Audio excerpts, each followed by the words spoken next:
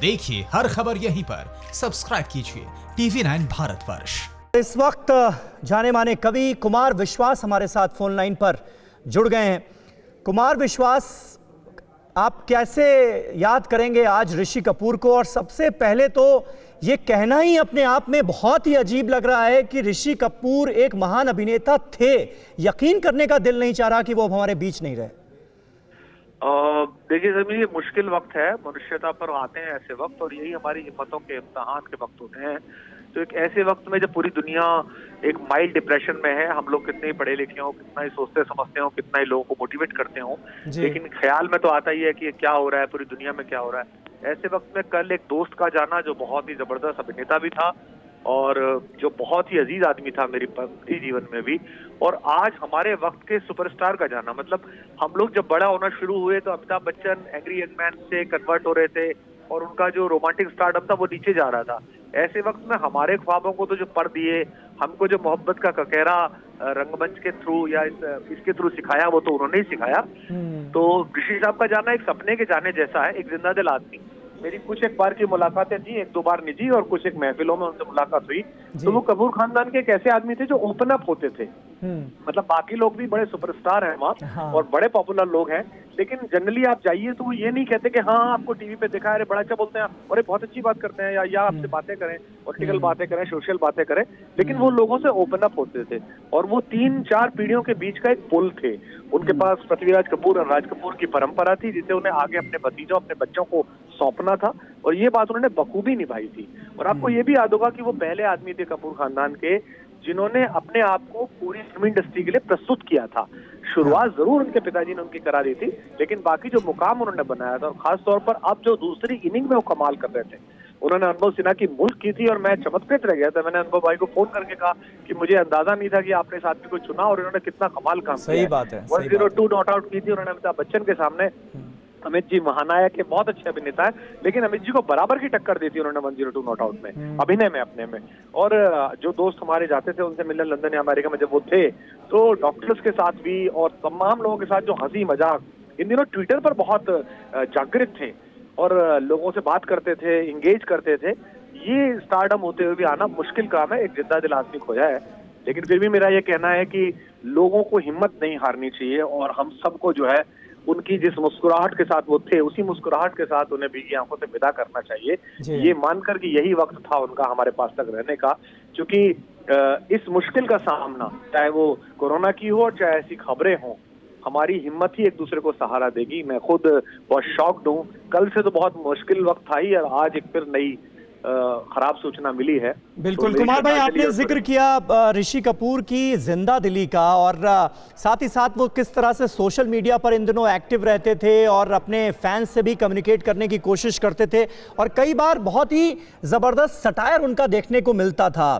बहुत ही जो आलोचनाएं रहती थीं, उसका जो अंदाज रहता था, वो भी हम सबका दिल जीत लेता था। और इन दिनों जो सोशल मीडिया पर एक तरह का नफरत का माहौल कुछ लोग पैदा करने की कोशिश कर रहे हैं, टारगेट करने की कोशिश करते हैं, उसको लेकर पिछले दिनों ही उन्होंने अपने बायो में बाकायदा लिख दिया था कि I do not think people are understanding any joke comment on my lifestyle that will make me block you.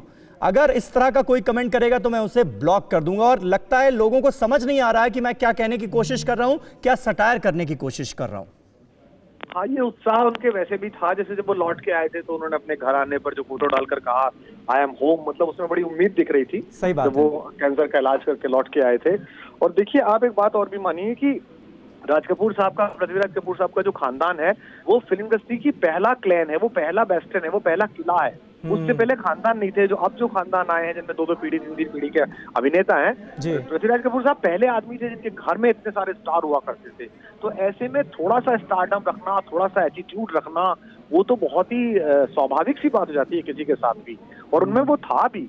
तो कई बार इस तरह का प्रदर्शन निजी जीवन में भी करते थे, जो हमारे कॉमन परिचित हैं उनके माध्यम से पता चलता था और ट्विटर पर भी दिखता था। लेकिन उसके बाद भी एक सामान्य आदमी की नरमी, इंटरेक्ट करना, फैंस के साथ अपनी बातें करना, शेयर करना, ये वो करते थे। और एक मैं फिर आपसे कह रहा हूँ कि अब हम लोगों ने तो हिंदी फिल्म इंडस्ट्री में कव्वाली का नाम ही ऋषि कपूर मान लिया।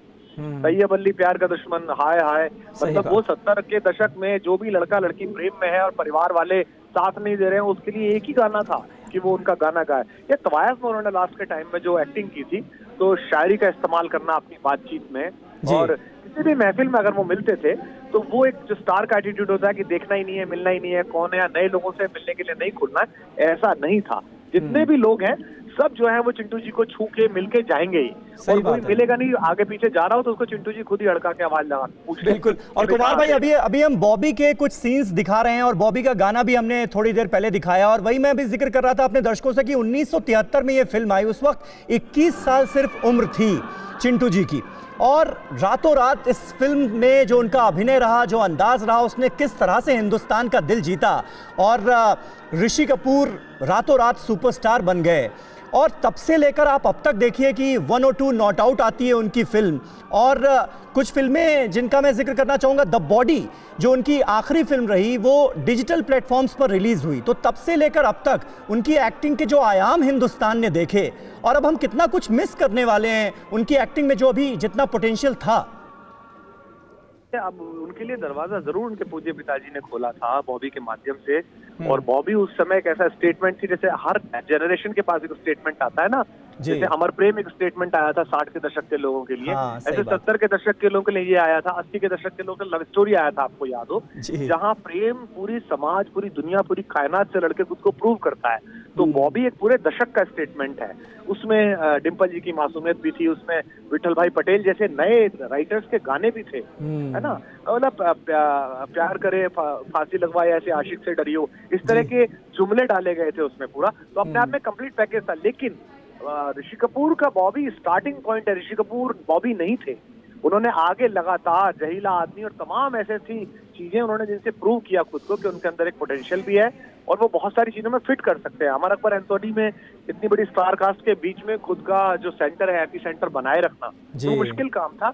और अमिताभ बच्चन ने तालियां ली, लेकिन अमर अकबर एंथोनी में मोहब्बत उन्हीं के हिस्से आई, लोग प्यार उन्हीं से करने लगे। तो हम जैसे दर्शकों के लिए बहुत ही कष्ट का समय है। मैं फिर कहता हूँ आपके माध्यम से कि भारत की यही पहचान है कि वो अपने कष्टों में राह निकालता है, अपने मुश्किल वक्त में राह निकालता है। तो ये जो मैं हल्का सा लोगों में एक माइल्ड डिप्रेशन का वक्त देख रहा हूँ, उनसे अनुरोध है कि ऐसे हंसते खिलखिलाते और बड़ा काम करने वाले कलाकारों का अपमान होता है अगर हम ज्यादा उस तरह से सोचते हैं। तो कैफी साहब का मिसरा है, रहने को सदा दहर में आता नहीं कोई, तो जैसे गए ऐसे भी जाता नहीं कोई। बिल्कुल। चलिए, बहुत बहुत शुक्रिया कुमार विश्वास हमसे बात करने के लिए। कुमार विश्वास, टॉप 9 रोज सुबह 7 बजे और शाम 7 बजे सिर्फ TV9 भारतवर्ष पर।